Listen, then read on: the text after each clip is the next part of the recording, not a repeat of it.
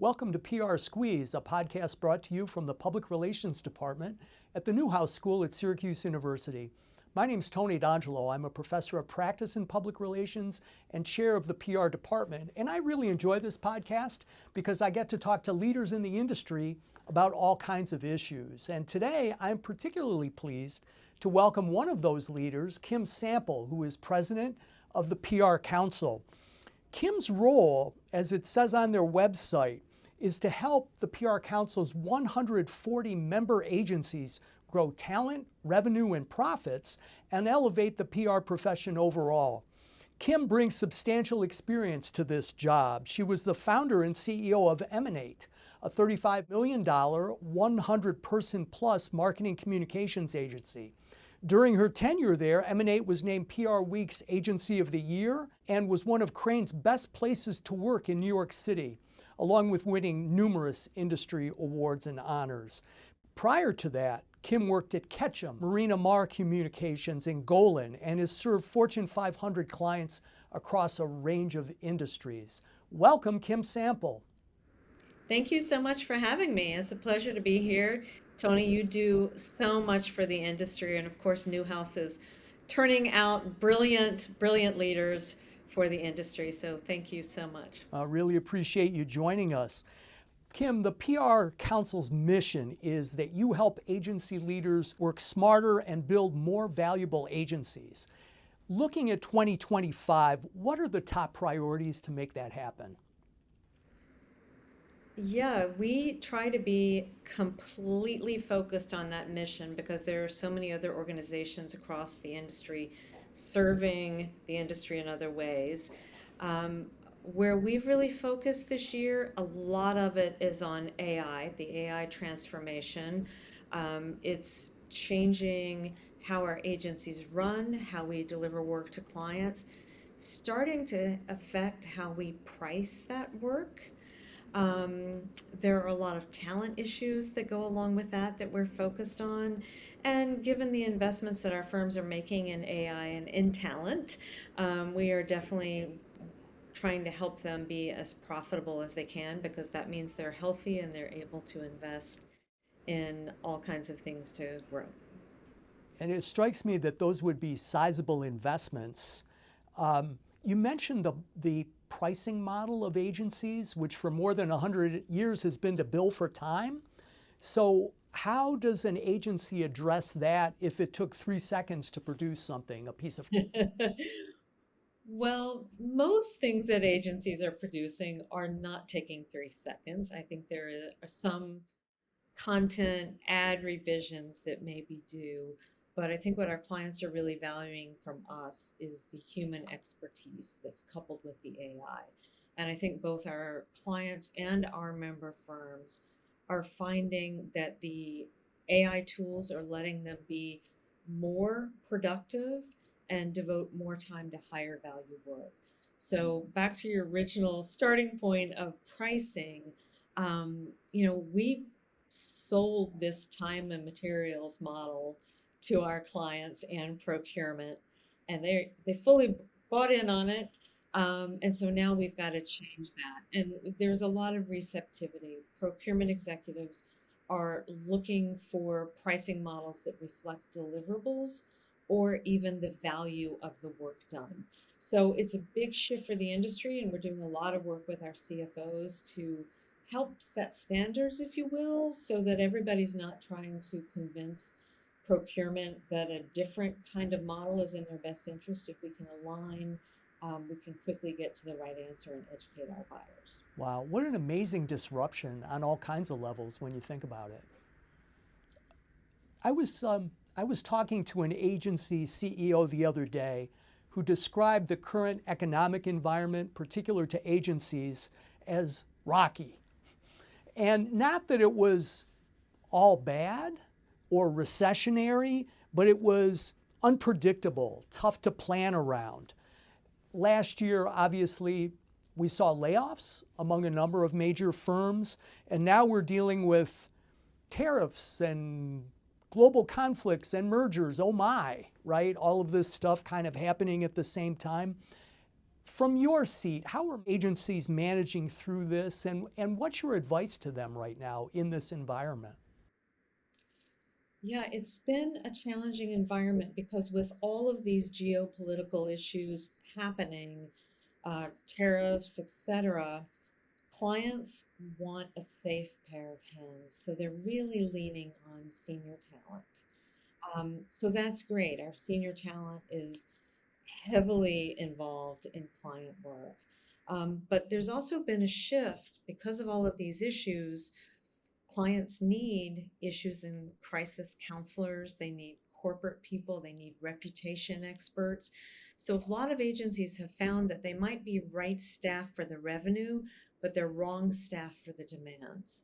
So there's a big shift underway. That's why we're seeing some layoffs. Some of it is, the revenue is not growing as quickly as our optimistic agency leaders always hope for. But some of it's just not having the right talent for what clients need right now. So we do a lot of talking about where the client business is, where do we think it's going to be short term and even longer term, and sharing a lot of best practices about, okay, you're working with some limited dollars. Our compensation survey found that salaries increased so slightly, only 1.7% overall last year. So you don't have a lot of money to throw at your talent. So you really have to think creatively about what matters to top talent right now. It's those great client opportunities, it's learning opportunities, it's really exciting projects, it's attention from senior talent. It's lots of feedback. All of these things are super important always, but they're even more important when we're in a financial constrained environment like this one. It strikes me that those are also very human-based, human-centered interactions, which is kind of interesting given the increasing role of AI in the environment. Yeah, I think when we talk to CEOs, and I'm doing a lot of it, I'm traveling around the country and meeting in different markets, what we keep hearing is the soft skills really matter. High EQ, so important. A person who can quickly establish trust with a client is going to be successful right now. Yes, we need curiosity and a willingness to experiment with AI. We need good writers still, critical thinkers, but those soft skills, EQ, are so important these days. I find that very encouraging to hear, actually. So Right? thank you for that. Me too. um, touching again on generative AI for a moment, and how can we not, right? Given how it has upended so many things, it's reshaping agency life as well as kind of commerce writ large. From what you're seeing, how are firms managing in terms of integrating it into their workflows most effectively? Are you seeing some best practices and maybe some worst practices as well, things to avoid?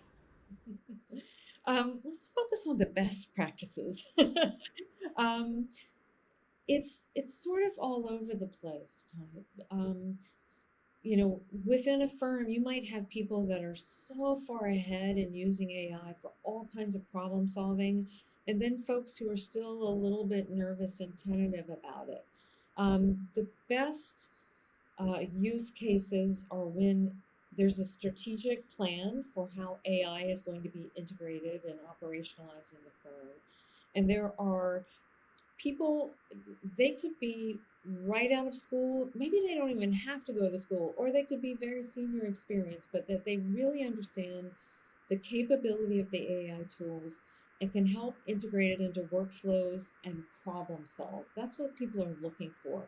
This is a friction point, solve it for me. And then that's when people are sold on the technology. I see.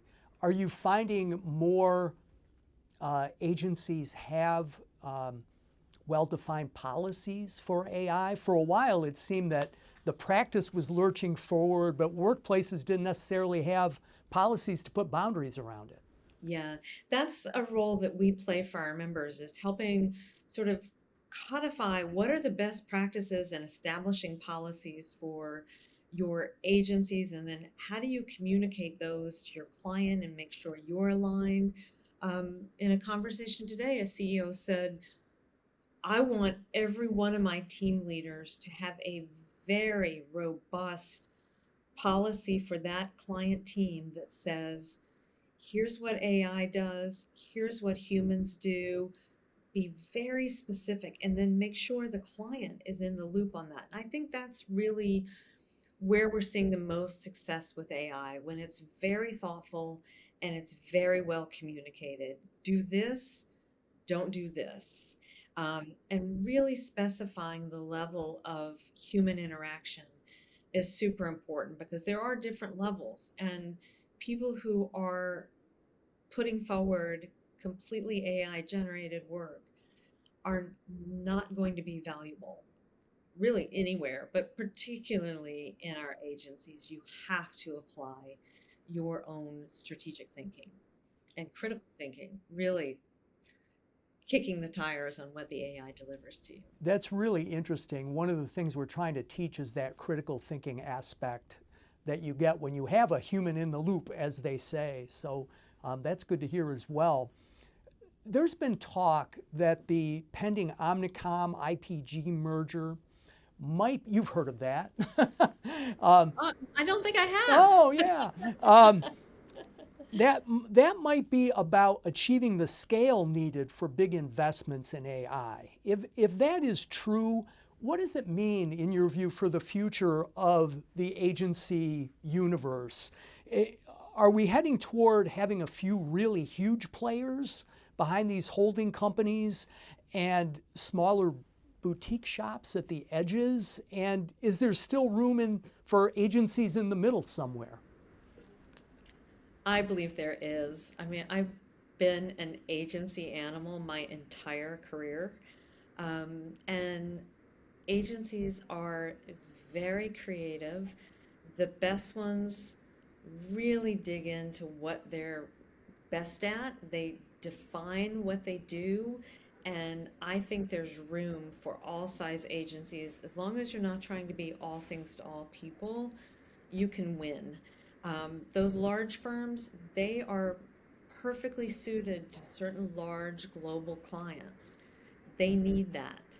But there's a lot of business out there that doesn't need that. And I think we're going to see agencies of all sizes that are super thoughtful and really articulate what they're best at. They are going to continue to do well. It sounds like it's more about role definition. I really believe it is, and I think more than ever, you cannot be an expert at everything unless you have the scale of an OPRG. Then you've got all the experts under your roof. But I think we're going to see much more focus on exactly what an agency excels at, and if they have a client that needs something that maybe isn't right in their wheelhouse, they're probably going to reach out and grab contractors who bring it. I think we're going to see more contract expertise. There are a lot of senior people who have incredible experience and expertise. They're on the market.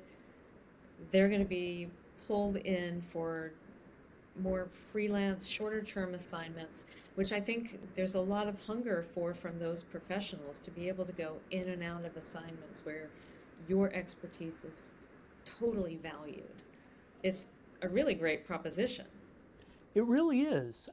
Thank you so much for that, Kim. I often tell students, I don't know where all this is going, right? Because there are so many factors, but you've really defined, I think, some important pathways that do keep humans in the loop. So I feel optimistic. Thank you so much for joining us.